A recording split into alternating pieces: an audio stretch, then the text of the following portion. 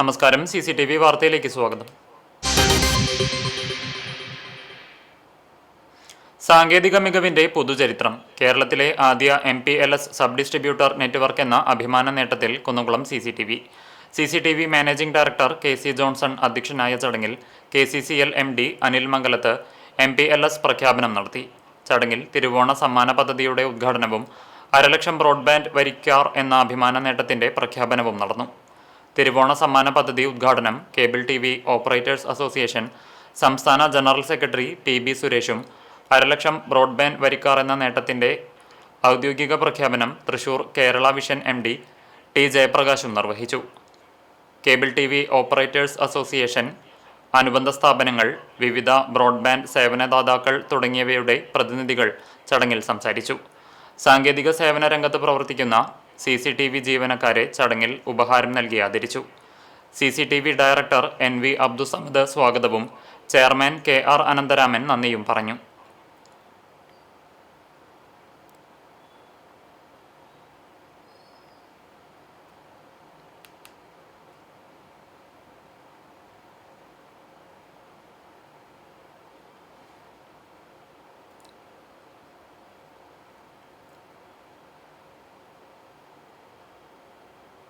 ഡ്രൈവർക്ക് ദേഹാസ്വാസ്ഥ്യം. തൃശൂർ പുതുക്കാട് യുവതി KSRTC bus ഇടിച്ച് മരിച്ചു. നിയന്ത്രണം വിട്ട ബസ് കെട്ടിടത്തിലേക്ക് ഇടിച്ചുകയറി.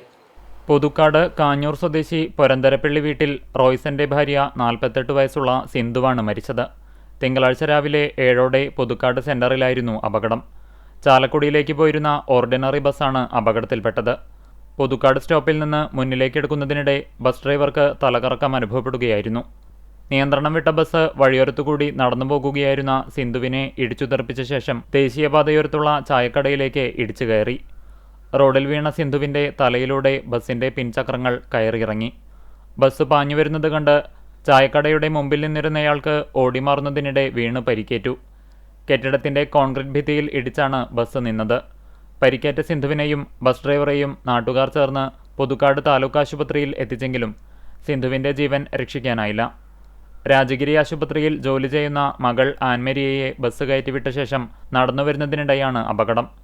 കനത്ത മഴയെ തുടർന്ന് CG റോഡിന് സമീപം സ്കൂട്ടർ നിർത്തിയ ശേഷം മകൾ ധരിച്ചിരുന്ന മഴക്കോട്ട് തിരികെ വാങ്ങാനാണ് സിന്ധു ബസ് സ്റ്റോപ്പിലേക്ക് പോയത്. സാധാരണ ദിവസങ്ങളിൽ ദേശീയപാതയ്ക്ക് സമീപത്തുള്ള റോഡ് വരെയാണ് സിന്ധു മകളുമായി എത്താറുള്ളത്. പുതുക്കാട് സ്റ്റാൻഡിൽ നിന്നെടുത്ത ബസ്സായതുകൊണ്ട് ഒരു യാത്രക്കാരി മാത്രമാണ് ബസ്സിൽ ഉണ്ടായിരുന്നത്. നിയന്ത്രണം വിട്ട ബസ് ഓട്ടോ സ്റ്റാൻഡിനിടയിലൂടെയാണ് പാഞ്ഞുകയറി ചായക്കട പ്രവർത്തിക്കുന്ന കെട്ടിടത്തിലേക്ക് ഇടിച്ചു കയറിയത്. പുതുക്കാട് പോലീസ് മേൽനടപടികൾ സ്വീകരിച്ചു. മഴക്കെടുതിയിൽ സംസ്ഥാനത്ത് സ്ഥിതിഗതികൾ നിയന്ത്രണ വിധേയമാണെന്ന് മുഖ്യമന്ത്രി VD സതീശൻ. അടിയന്തര യോഗം ചേർന്ന് സ്ഥിതിഗതികൾ വിലയിരുത്തിയെന്നും മുഖ്യമന്ത്രി പറഞ്ഞു. രക്ഷാപ്രവർത്തനത്തിനായി 2 ഹെലികോപ്റ്റർ എത്തിയെന്നും NDRF, പോലീസ്, ഫയർഫോഴ്സ് സേനകളുണ്ടെന്നും മുഖ്യമന്ത്രി വാർത്താസമ്മേളനത്തിൽ പറഞ്ഞു. 316 ദുരിതാശ്വാസ ക്യാമ്പുകൾ നിലവിലുണ്ട്. 11,018 പേർ ക്യാമ്പുകളിൽ കഴിയുന്നു. ആവശ്യമായ ഭക്ഷണം വിതരണം ചെയ്യുന്നുണ്ട്. ഇതുവരെ 15 മരണമാണുണ്ടായത്. 7 പേരെ കാണാതായി. 30-ന് തന്നെ തയ്യാറെടുപ്പുകൾ നടത്തിയിരുന്നു. 165 ഹെക്ടർ കൃഷി നശിച്ചെന്നാണ് പ്രാഥമിക റിപ്പോർട്ട്. വ്യാപകമായി വ്യാജ പ്രചാരണം നടക്കുന്നുണ്ട്. പ്രധാന അണക്കെട്ടുകളിൽ ജലനിരപ്പ് താഴെയാണ്. ആശങ്ക വേണ്ട. അടിസ്ഥാനരഹിതമായ വാർത്ത ചിലർ നൽകി. അണക്കെട്ടുകളിൽ നിന്ന് വെള്ളം ഒഴുക്കിവിടുന്നു എന്നത് തെറ്റായ വാർത്തയാണ്.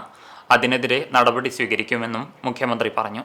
കടലാക്രമണ സാധ്യതയുള്ള സ്ഥലം പ്രത്യേകമായി ശ്രദ്ധിക്കാൻ നടപടി സ്വീകരിച്ചു. കടലാക്രമണം ശ്രദ്ധിക്കും.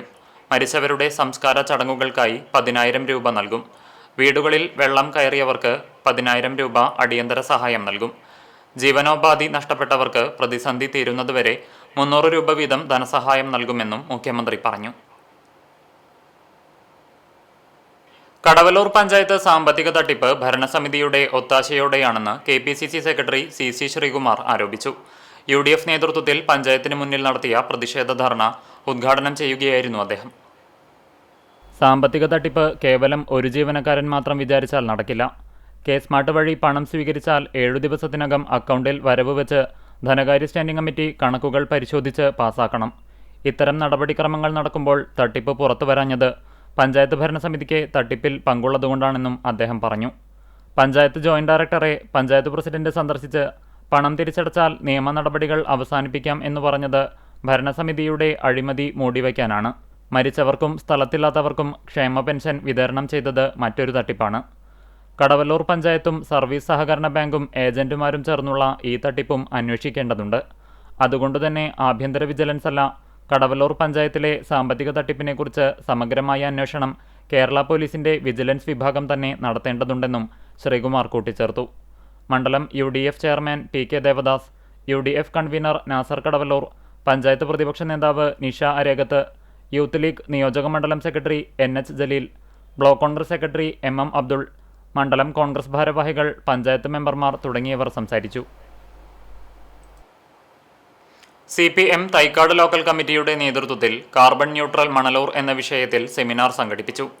കമ്മ്യൂണിറ്റി ഹാളിൽ നടന്ന seminar professor C Raveendranath MLA ഉദ്ഘാടനം ചെയ്തു. സുസ്ഥിര വികസനത്തിന് നമ്മുടെ മേഖല കാർബൺ ന്യൂട്രൽ ആകേണ്ടത് അനിവാര്യമാണെന്നും നാളേക്കായി ഭൂമിയെ സംരക്ഷിക്കണമെന്നും MLA സൂചിപ്പിച്ചു. പദ്ധതിയുടെ ഭാഗമായി ആരംഭിച്ച അശോക ഉദ്യാനത്തിൽ തൈനടിൽ CPM ജില്ലാ സെക്രട്ടേറിയറ്റ് അംഗം TV ഹരിദാസും, ഹരിതവൽക്കരണത്തിന്റെ ഭാഗമായി വഴിയോരങ്ങളിൽ മാവുകൾ നടിൽ മണലൂർ ഏരിയ സെക്രട്ടറി PA രമേശനും നിർവഹിച്ചു. Local committee secretary CJ baby അധ്യക്ഷനായി.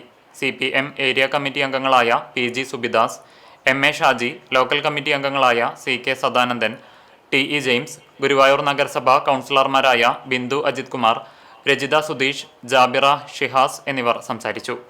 ന്യൂട്രൽ കാർബൺ പദ്ധതിയുടെ ഭാഗമായി തൈക്കാട് മേഖലയിൽ 5 അശോക ഉദ്യാനങ്ങൾ ആരംഭിക്കുമെന്ന് കൺവീനർ അറിയിച്ചു.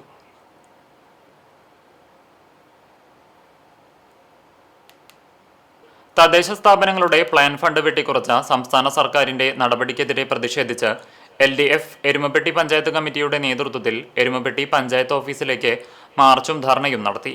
CPM Wadakkanchery area secretary doctor KD Bahulayan master ഉദ്ഘാടനം ചെയ്തു. CPI മണ്ഡലം കമ്മിറ്റി അംഗം KV ശങ്കരനാരായണൻ അധ്യക്ഷനായി. CPM ലോക്കൽ കമ്മിറ്റി സെക്രട്ടറിമാരായ M നന്ദീഷ്, PC അബാൽമണി, ഗ്രാമപഞ്ചായത്ത് പ്രസിഡന്റ് ബിന്ദു ഗിരീഷ്, രഞ്ജിത്ത് V എന്നിവർ സംസാരിച്ചു. CPM ഏരിയ കമ്മിറ്റി അംഗം MS സിദ്ധൻ സ്വാഗതവും CPI local secretary AL Johny നന്ദിയും പറഞ്ഞു. തദ്ദേശ സ്ഥാപനങ്ങളുടെ വികസന പ്രവർത്തനങ്ങളെ പ്രതികൂലമായി ബാധിക്കുന്ന പ്ലാൻ ഫണ്ട് വെട്ടിക്കുറച്ച നടപടി പിൻവലിക്കണമെന്നും തദ്ദേശ സ്വയംഭരണ സ്ഥാപനങ്ങൾക്ക് അർഹമായ ഫണ്ട് പൂർണ്ണമായി അനുവദിക്കണമെന്നും പ്രതിഷേധക്കാർ ആവശ്യപ്പെട്ടു.